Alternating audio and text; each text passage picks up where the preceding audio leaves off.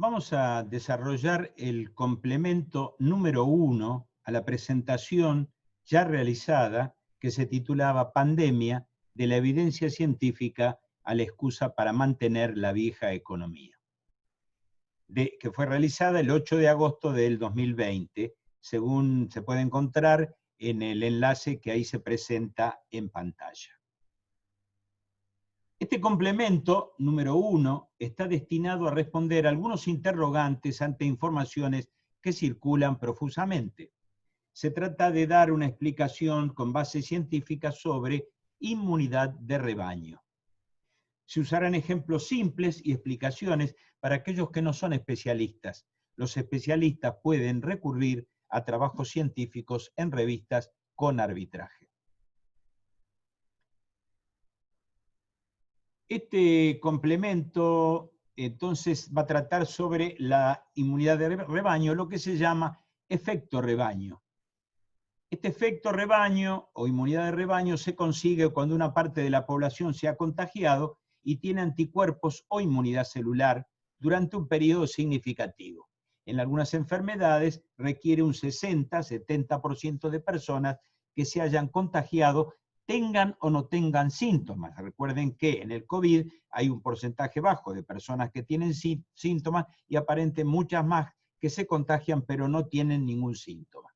Para obtener esa inmunidad de rebaño, se necesita que una cantidad de personas se hayan contagiado y que hayan desarrollado defensa. En general se dice 60 o 70%, para la rabia, por ejemplo, es que el 75% de los perros estén vacunados. Es decir, que la inmunidad de rebaño se obtiene por contagio espontáneo o por vacunación.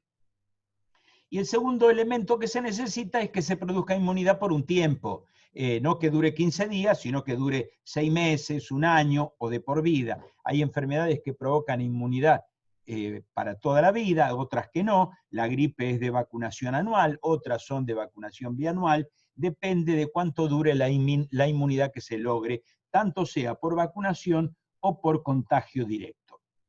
Todavía no se sabe cuánto dure la inmunidad en el caso del COVID-19 porque no ha transcurrido un tiempo suficiente para que tengamos experiencia. Esto empezó en octubre del 2019 en China y no han transcurrido tantos meses como para que sepamos lo suficiente. En Argentina, para lograr esta inmunidad de rebaño de la que tanto se habla, teniendo en cuenta que somos 44 millones de habitantes, se debieran de contagiar un 60-70%. Digamos que un 60% de esos 44 millones son 26 millones de personas, sean o no sintomáticos, asintomáticos y sintomáticos, la suma de los dos. Si solo el 10% fueran sintomáticos, debían haberse diagnosticado por métodos bioquímicos de diagnóstico 2,6 millones de personas en la Argentina para tener efecto rebaño. Es decir, 2,6 millones de personas sintomáticas significaría un 60%, sumando los asintomáticos, de personas contagiadas supuestamente con defensas. La tasa de letalidad en Argentina, en la tasa de letalidad en general es el número de muertes sobre el número de contagios diagnosticados. Esta tasa de letalidad en la Argentina, dividiendo el número de muertes por el número de diagnosticados, es del 1,9%. Es decir, cada 100 personas, 1,9 se mueren. O sea que para lograr el 60% de contagios se producirían 1,9% de 2.600.000 personas. O sea, se producirían 49.000 muertes, 8 veces más que las que tenemos al 16 de agosto del 2020. Algunos sostienen que con el 20% de contagiados se obtendría la inmunidad de rebaño, aunque en países europeos hay focos nuevamente después de la primer gran tasa de contagios. Esto todavía no ha sido demostrado, es apenas una opinión de algunos que la difunden, pero sin evidencia científica. Pero si fuera cierto eso que dicen, serían necesarias en la Argentina unas 16 muertes al día de hoy, 3 veces la que tenemos. Esta teoría entre comillas, de la inmunidad de rebaño, ha fracasado en Inglaterra, ha fracasado en Estados Unidos y también ha fracasado en Brasil, también en Chile y en otros países que las han sostenido. En los países que la han practicado supuestamente diciendo que eligen salvar la economía antes que a las vidas humanas, la economía se desmoronó también, así pasó en Suecia también. Es decir, que es mentira que haya una oposición entre salvar vidas y salvar la economía, porque la economía, ya lo hemos dicho en la conferencia que indicamos al principio, estaba en crisis desde antes, solo que este COVID-19 la ha profundizado o ampliado y ha puesto en evidencia todo lo que está pasando. ¿Qué logros hay hasta ahora del aislamiento sanitario? Primero, se ha retardado o aplanado el pico de la pandemia para ganar tiempo para tener mejores condiciones cuando se produzca. En segundo lugar, mejorar la situación en camas y equipos que estaba muy deficiente y que podía fácilmente entrar en colapso. Para entender eso hemos visto lo que pasó en países vecinos y lo que ahora está pasando en Jujuy. Se han obtenido más camas, se han producido equipos en el país, sorprendiendo el área de ciencia y técnica tan abandonada, que ha sido capaz de dar respuesta rápidamente.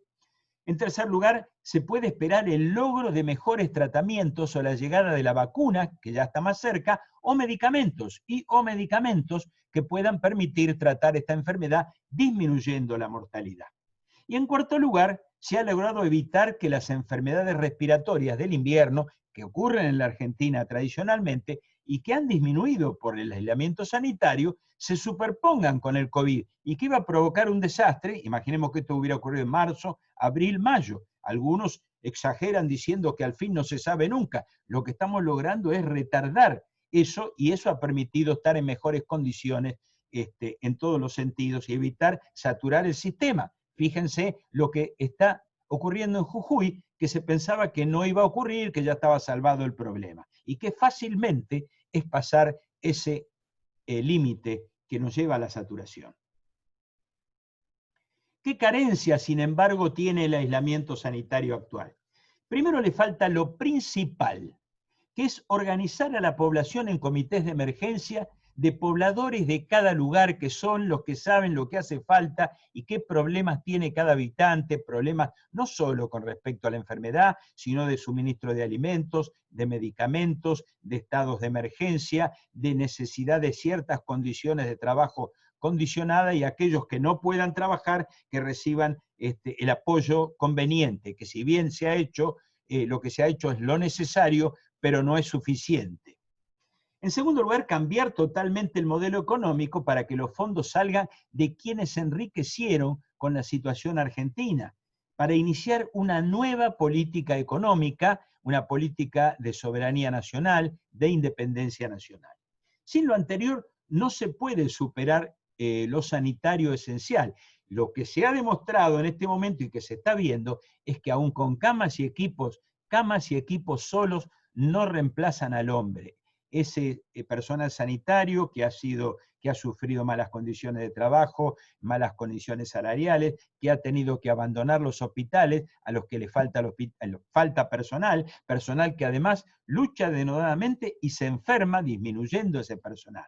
Es decir, que podemos tener camas con respiradores, pero no tenemos camas activas si no tenemos personal. Los que pregonan contra este aislamiento dicen, ¿qué se hizo en estos 5 meses? Bueno, se hizo lo que se pudo en aparatos, pero en 5 meses no se reemplaza el personal que no se tiene. Lo que hemos notado en estos años, que lo más importante entre el hombre y la máquina con la que trabaja es el hombre, no la máquina. Y a ese hombre tenemos que pensar en el futuro, en desarrollar, en formar y en dar mejores condiciones de trabajo.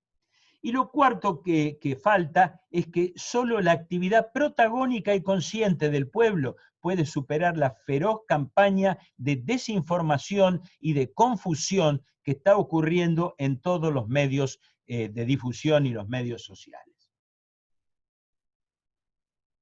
Los que sostienen la inmunidad de rebaño desde el comienzo hasta la actualidad abrevan, mucho sin saberlo, en las hipótesis del clérigo anglicano Tomás Malthus, que nació en 1766 y murió en 1834. Este hombre sostenía que las epidemias y las guerras eran un fenómeno natural que eliminaba la población sobrante. Decía que la población crece geométricamente, mientras que la producción de alimentos lo hace aritméticamente. Y por lo tanto, si no se modificaba esa situación, eliminando población sobrante, pronosticaba la extinción de la humanidad en 1880, que es algo que, como sabemos, nunca ocurrió. De allí deducía Malthus que había que permitir que ocurrieran guerras y epidemias, si no se extinguirían los humanos cuyo número excedía lo aceptable. Para Malthus, la pobreza era fruto de una incapacidad de esos hombres para adaptarse a nuevas condiciones sociales. Sobrevivían solo los más capacitados. Y aquí vemos un antecedente de esa meritocracia que pregonaba el gobierno anterior y particularmente el presidente Macri. Se equivocaba Malthus y sus seguidores actuales en las mismas dos cuestiones. Primero, Malthus obviaba que el desarrollo tecnológico permitía también aumentar la producción de alimentos. Hubo un miembro de la FAO, un brasilero, Josué de Castro, que había escrito 2 libros allá por los años 60, que se llamaban Geografía del Hambre y Geopolítica del Hambre, que daba por tierra con esos argumentos malthusianos. Pero segundo, lo más importante en lo que se equivocaba Malthus era en que él no imaginaba que pudiera haber otro modo de producción, otro sistema económico y otras formaciones económico-sociales que pudieran resolver esa cuestión de otra manera y no con un genocidio de personas. Los anticuarenistas malthusianos actuales se oponen al aislamiento sanitario para defender la vieja economía de la entrega nacional, de la timba financiera, de la sumisión nacional y la tierra para unos pocos latifundistas. En fin, lo que llamamos la vieja economía que se ha aplicado con fracasos reiteradamente en la Argentina. Sostienen que será eterno el mundo en el que 53 personas tienen la fortuna del 92% restante en el mundo. Y defienden los intereses de 12.000 personas de la Argentina, cuyo patrimonio es de 340.000 millones de dólares, que debieran tributar el 1% del impuesto a las grandes fortunas. Por ejemplo, el empresario de la industria del medicamento Reumers, que es firmante de una de las declaraciones esporádicas del expresidente Mauricio Macri, tiene una fortuna de 1.870 millones de dólares. En enero del 2017 festejó su cumpleaños número 60 con una fiesta de 3 días en Marruecos con 600 invitados, con todo gratis, incluidos el pasaje de avión, hotelería y tours turísticos durante 3 días, en Marruecos, reitero. Y gastó 6 millones de dólares. Con 3 fiestas pagaría el impuesto del 1% a las grandes fortunas. Tampoco significa para ellos ese 1%. La posición de los que se oponen a la ASPO, al aislamiento sanitario hoy, es coherente con la que tuvieron los conservadores argentinos en 1918, ante la gripe española, donde murió en el mundo más gente que en la Primera Guerra Mundial. En 1917 Argentina tenía una incidencia de gripe del 0,7%. La epidemia empezó en octubre de 1918 y obtuvo un primer pico con incidencia del 4,3%, saltó de 0,7% la gripe a 4,3% al año siguiente en el pico de octubre. El segundo pico de esa gripe española en la Argentina fue en el invierno de 1919 y llegó al 20,7%, es decir, fue más de 20 veces mayor que la incidencia habitual de las gripes en la Argentina. Y afectó, como siempre, a los que tenían peores condiciones socioeconómicas y sanitarias. El diario La Nación, expresión de esos voceros conservadores, el 16 de octubre de 1918 escribía: la gripe no debe alarmar, su presentación es benigna. Recuerda esa frase de la gripeciña del presidente brasilero Bolsonaro. Este medio, La Nación, emitió otro mensaje tranquilizador 2 días después, el 18 de octubre, al observar que la sociedad de la ciudad de Buenos Aires se burlaba de la enfermedad y salía a pasear por sus calles haciendo caso omiso de la posibilidad de un contagio. Cuando la epidemia empieza a avanzar desde octubre de 1918, ante la inacción general del Estado, ¿no?, de los gobiernos, la población empezó a buscar soluciones mágicas, que siempre ocurre cuando la confusión es sembrada, como ocurre lamentablemente en estos días con algunos postuladores y mediáticos inclusive del dióxido de cloro tóxico como curativo y otras similares. El diario La Nación, supuestamente conservador serio, publicaba propaganda, sin embargo, sobre el uso contra la gripe de pastillas de alcanfor, laxantes y quininas. Es decir, hace lo que vemos hoy en algunos presidentes extranjeros, exaltando medicaciones mágicas. Por un lado, diciendo que es una gripe sin importancia, y por el otro lado, postulando medicamentos vulgares demostrados como no útiles. Todo esto para entretener y no parar su economía, no la economía nacional, la economía de sus intereses. Seguían en realidad la línea inglesa en este tema. Es históricamente demostrable y comprobable que Inglaterra siempre se opuso a las cuarentenas en los países donde tenía intereses económicos, y a la inversa, favorecía la cuarentena donde no tenía intereses económicos. Boris Johnson fue contrario al aislamiento siguiendo esa tradición histórica de los ingleses, solo que olvidó que sus políticas de ajuste anteriores habían debilitado al propio sistema sanitario inglés. Y el resultado fue algo de lo que nos hemos enterado en las últimas semanas. Tuvieron 26.000 muertos en geriátricos que ahora son todos privados al costo de 2.000 euros semanales, igual que en Estados Unidos, unos $2.000 semanales. Y entonces debió dar marcha atrás. Lo que está ocurriendo en Jujuy hoy, que con sucesivos periodos de flexibilidad llegó al colapso sanitario y aún al de cementerios hoy, nos debe alertar. El aislamiento sanitario exige que el pueblo tome en sus manos la situación y que los que se enriquecieron con la entrega de la nación y los ajustes y con la timba financiera y la fuga de capitales sostenida por el FMI y la deuda externa, aporten el dinero para paliar las necesidades del pueblo en esta emergencia de pandemia y en la pospandemia.